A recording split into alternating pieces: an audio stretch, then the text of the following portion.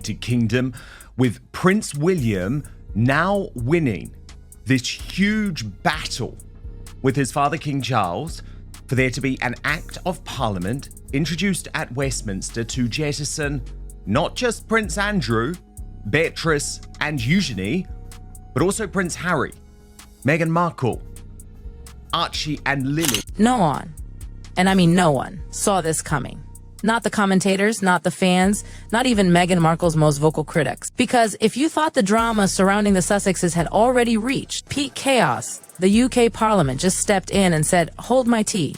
No one really did see this coming. Not the royal watchers who live and breathe every palace whisper. Not the critics who swear they've already predicted every possible Sussex scandal.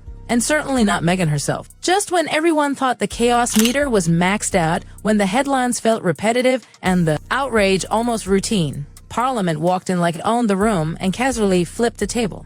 This wasn't tabloid noise. This wasn't a snide columnist sharpening their pen. This was official, heavy, cold, the kind of move that makes even the loudest voices suddenly go quiet for a second. And that phrase, hold my tea, suddenly didn't sound funny anymore. It sounded like a warning. Because this wasn't just drama. This was power stepping in, reminding everyone that the rules still exist, even if you've moved an ocean away and wrapped your life in California sunshine and wellness branding. The shock wasn't just about what happened, but who did it. Parliament doesn't do impulsive. Parliament doesn't chase gossip. When it moves because it's decided enough is enough. And that's exactly why this landed the way it did. See her mask slipping, because for the last 2 or 3 years there has been a very careful PR rebranding of Meghan, where she has not been controversial, she has not been slagging off the royals, she's not been referring back to any 5-year-old complaints about the royals the last couple of years. Since the Harry and Meghan show, since Oprah, she's been quiet because they want to rebrand her as this lovely, friendly, airy-fairy, just enjoying life in California. And that interview, if you watch it all the way through, the journalist does a great job about making it feel. What happened in Westminster this week wasn't a whisper or a rumor or a quiet behind-the-scenes nudge. It was a bombshell, a direct hit. The kind of official government-issued thunderbolt that sends shock waves straight through the glossy walls of Meghan's newly minted business empire. And the timing could not be worse for her. Meghan's brand was supposed to be her triumphant re-entry into global influence. Her big move into lifestyle, wellness, and female empowerment, all wrapped in pretty packaging and inspirational tagline. She rolled it out with her signature Hollywood sparkle, complete with carefully staged photos, soft filter video clips, and celebrity-approved marketing language that practically hummed with ambition. It was polished. It was meticulous. It was very Meghan. But Westminster just stepped on the launch button, and instead of sending the brand soaring, it detonated underneath it. And that's the part that makes this sting so badly. The timing, the sheer, brutal timing. Meghan's big moment was supposed to be now. This was meant to be the chapter where she silenced critics, proved she didn't need the monarchy, and reintroduced herself as a global taskmaster on her own terms. Lifestyle, wellness, empowerment. Words that sound gentle, but carry massive ambition underneath. Every image was curated, every phrase polished until it gleamed. This wasn't a casual project. This was her statement to the world. And then Westminster came crashing through the door. No warning, no courtesy call. Just a review that landed like a controlled explosion. Suddenly, that glossy empire didn't look invincible anymore. It looked exposed. Fragile, like it had been built on a foundation no one was allowed to question until now. And when a government starts questioning the ground you're standing on, panic doesn't knock, it barges in. And I was like, what is this? What is this? What is this? It all started quietly, almost deceptively so. A cross-party committee doing what committees do, reviewing frameworks, poking at old rules, asking uncomfortable questions, boring on the surface, dangerous underneath. When they turned their attention to businesses connected to royal titles, that's when the air in the room reportedly changed. Because Meghan's brand didn't just nod to her Duchess status, it leaned on it heavily. And inside Parliament, that rang alarm bells. Eyebrows went up, then voices. One MP reportedly described it as skating dangerously close to constitutional exploitation. Another didn't bother dressing it up, calling it a gross misuse of a royal identity for profit. And just like that, the quiet review wasn't quiet anymore. The conversation spilled out of closed rooms and straight into the public eye. Parliament didn't say her name, but they didn't have to. Everyone knew exactly who this was about. Within hours, social media caught fire. Headlines multiplied.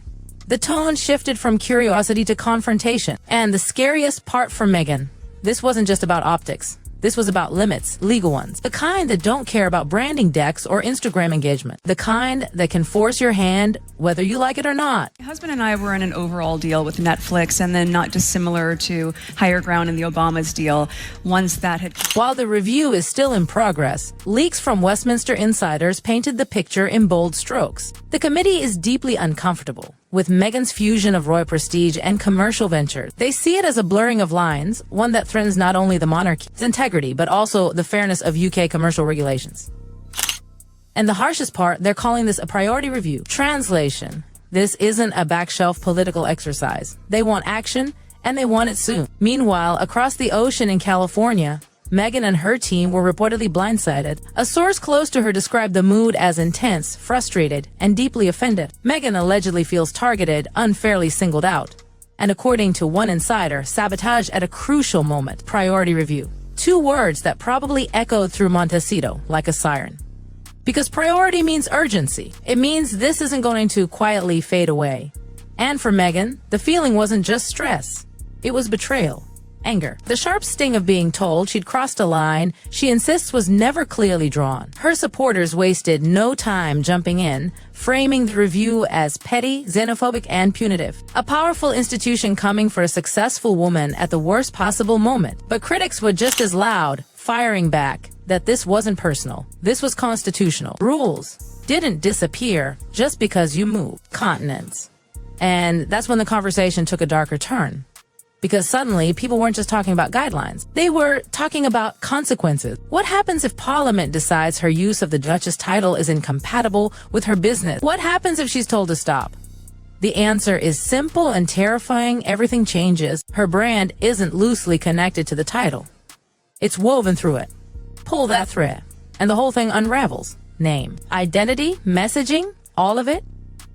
Insiders say crisis meetings started almost immediately, lawyers drafting statements, advisors arguing strategy, some pushing for defiance, others urging caution, and a few quietly suggesting that fading out the title now might hurt less than being forced later. But Meghan isn't wired to retreat, not emotionally, not strategically. Those close to her say she's furious at the idea that an institution she walked away from still has this much power over her life. And that fury isn't just loud, it's focused. And then there's Harry. I never really understand what all this fuss is about anyway. Because Harry he understands Parliament in a way Meghan never can. He grew up with it, breathed it, was shaped by it. Sources say he warned her months ago that using the Duchess brand commercially would invite scrutiny. He didn't predict this scale, but he knew it wouldn't be smooth. Now he's trapped in the space he hates most. Between loyalty and legacy, love and law, he's conflicted, uncomfortable, torn, watching his wife gear up for battle, while old wounds he never fully healed start reopening. Because this isn't just about business. It's about duty, identity, the shadow of a crown he tried to outrun but never escaped. Inside Montecito, the tension is thick. Meghan pacing, phone glued to her hand, scrolling through headlines like they're personal attacks. Because to her, they are. Her legal team is already preparing arguments, framing this as overreach, as discrimination, as a government interfering with a private citizen's enterprise. In her mind, this is a fight worth having. Meghan Markle's as ever catastrophe is far worse than, but outside those walls, the reality is colder. Legal experts aren't optimistic. Former aides are blunt. Parliament isn't overstepping, they say. It's enforcing boundaries that always existed. And a lawsuit? That could backfire spectacularly before it ever reaches a courtroom. Social media is relentless. Hashtags trend, memes fly. Mockery mixes with outrage. One post goes viral mocking the idea of suing Parliament. Another shows Meghan standing on her own brand logos while a bored judge looks on. It's brutal. And it's constant. Insiders say Meghan is defiant, insisting they fight, refusing to bow. Her voice sharp, controlled, carrying fear beneath the confidence. And Harry, he's quieter than usual, worn down, sitting in the next room, scrolling through articles, absorbing every blow. Staffers say he looks overwhelmed in a way they've never seen before. The pressure inside that house is relentless. Meghan plotting next moves. Harry trying to slow the spiral. One staffer described it as living inside a storm that never breaks. And across the Atlantic, London is buzzing. Analysts debating precedent. Commentators dissecting every angle. Could Parliament really force her hand? Is this a warning or the beginning of something bigger? The palace stays silent, but whispers suggest quiet satisfaction. Some say this is exactly the reckoning critics have predicted for years.